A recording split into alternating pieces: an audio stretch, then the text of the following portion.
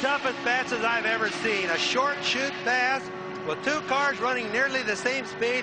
I'll just bet you that Rick Mears thought that would have been impossible, and I just can tell you he never, ever looked for Michael to go that way. That is sheer virtuosity by Michael Andretti, Bobby.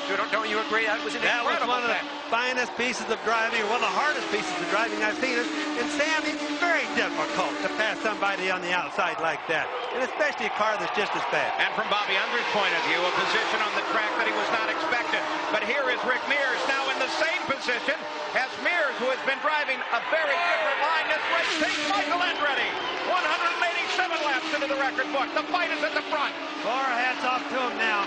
If you ever see racing better than that, I'd certainly like to know where it's going to be. Well, Rick Mears joined the list of four-time winners at the Indianapolis 500. Al Unser, A.J. Foyt are the only other two.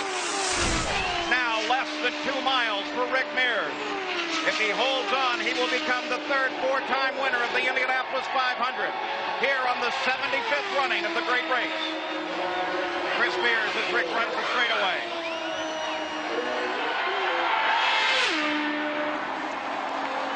One corner left to go. One corner left to run. He can see the checkered flag just ahead of him now.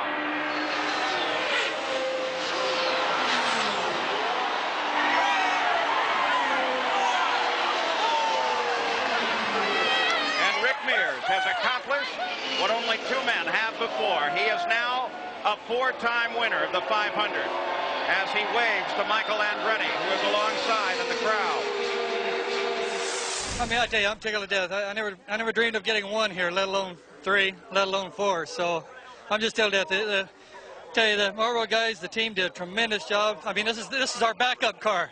Shows you how good our backup car is, and they just did a hell of a job. The Goodyear tires worked great along, and obviously the Chevy was strong when we got to run at Michael. So we're just excited. I don't know what to say.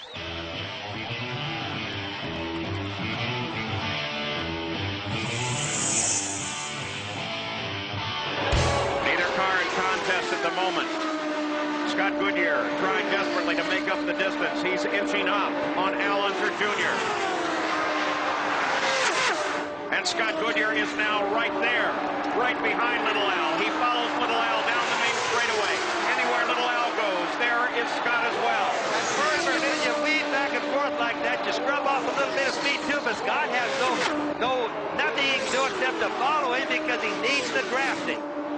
Scott Goodyear, of course, a Canadian early in his career. You see him setting up Little Al now. He seemed to kind of give you the feeling that things were coming easily for him. Then he had a long period there, 2-3 years, where just couldn't get any result at all. Suddenly, he's vaulted back to this moment.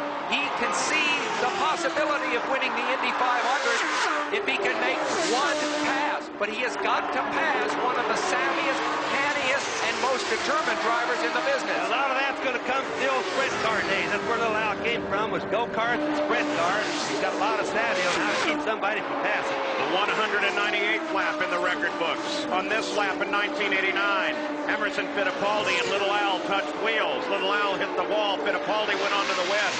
Scott Goodyear still trying to catch him.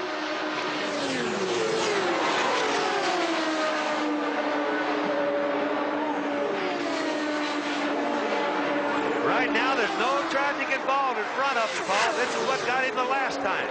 And Al Unser Jr. sees Dwayne Sweeney's white flag.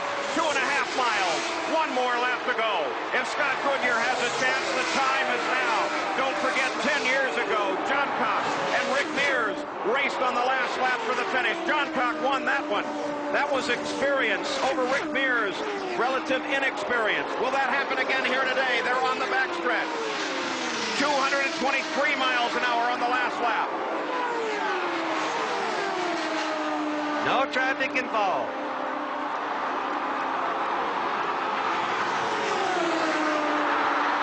They make the turn for home now. On the main stretch, Scott Goodyear closes in. He looks for a place to come by. Scott Goodyear tries it, but no. I believe that's the closest finish in Indy history. Closer than the race 10 years ago when John Cox beat Rick Mears. 10 years ago when Little Al was new to this track. And now, Al Unser Jr. is a winner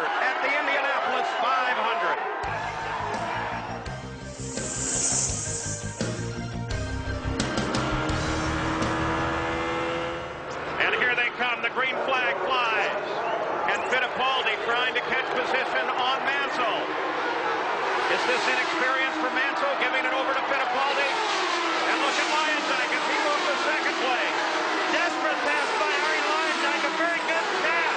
Really got Mansell asleep on that one. Boy, Fittipaldi run through here. Turn 2 wide open, folks. That was an inexperienced move by Mansell. He should have gotten on the throttle sooner. If it had been Fittipaldi or Little Al, you could bet they would have. Fittipaldi becomes a record 12th leader of the Indianapolis 500 with 15 laps to go. I just don't think Not over yet, Bobby. I just don't think Mansell realized how hungry these guys were to try to win the biggest race in the world. Jack Caruth, you have an update on that pass. Well, Jim McGee was on the radio when they dropped the green flag, trying to tell Mansell how to get the jump. He didn't get it.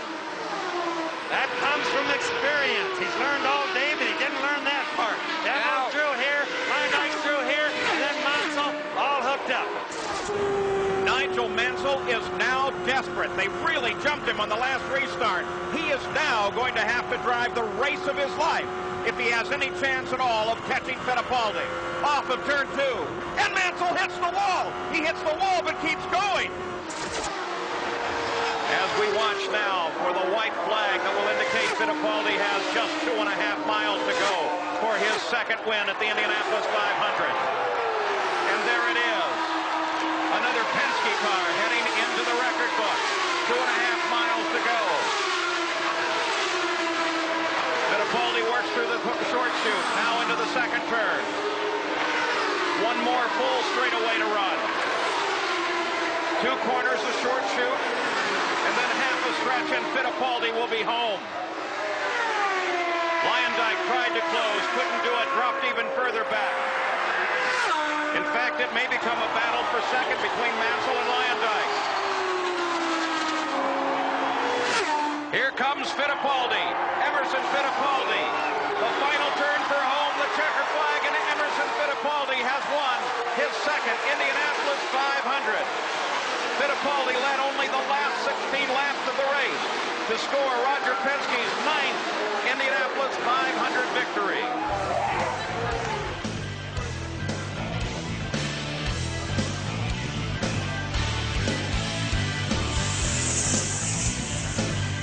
Scott Goodyear may be on his way to a win at the Indianapolis 500. We should go green after this. Paul, when you asked me to handicap the 2 drivers before, Scott Goodyear, Scott Pruitt, we talked about their relative experience.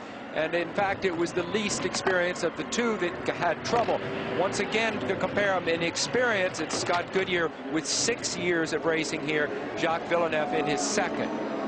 So a veteran, a sophomore, and 2 rookies. There's Leslie, Scott's wife, as she watches on. They live now here on the north side of Indianapolis. He is Canadian. If he can win, be the first Canadian to do so. But remember, Villeneuve is also Canadian. And Salazar, then Fittipaldi. No, that can't be right. Can't do that. Pace car was too slow, Paul. He needed to get a run. But they gave him the green flag anyway. Dwayne Sweeney is waving the green flag. Goodyear got a run on the pace car. I think it was only a normal deal. The pace car just wouldn't accelerate. He just went too slow. Jacques Villeneuve was not anticipating that. And as a result, Goodyear got a good run on him. Now that's Ari Lyondike that's moving in there. He is not part of this battle. Lyondike runs in 8th place, a lap down. But now he pokes his nose into the fight. That was a savage setback for Villeneuve. Scott Goodyear going into turn 3 had to get moving. He couldn't wait any longer. Otherwise, the same thing would have happened to him and happened to Scott Pruitt before. And Rahal got around Salazar on that restart as well. And that puts Rahal up into the fight. The green car in the center of the screen is Eliseo Salazar, who's running in 3rd. Now that's Christian. No, that's Christian Fittipaldi. My apologies. Rahal right behind him. Salazar sitting Has just been behind displaced. Rahal. Yes, also in a green car. Has dropped back suddenly. 9 laps to go. Wow, Fittipaldi in trouble in that car for a second. The track conditions, Bobby, must be terrible. They are. They're slippery, but remember, the gust comes up and goes down. If we one lap we have gust, next we don't.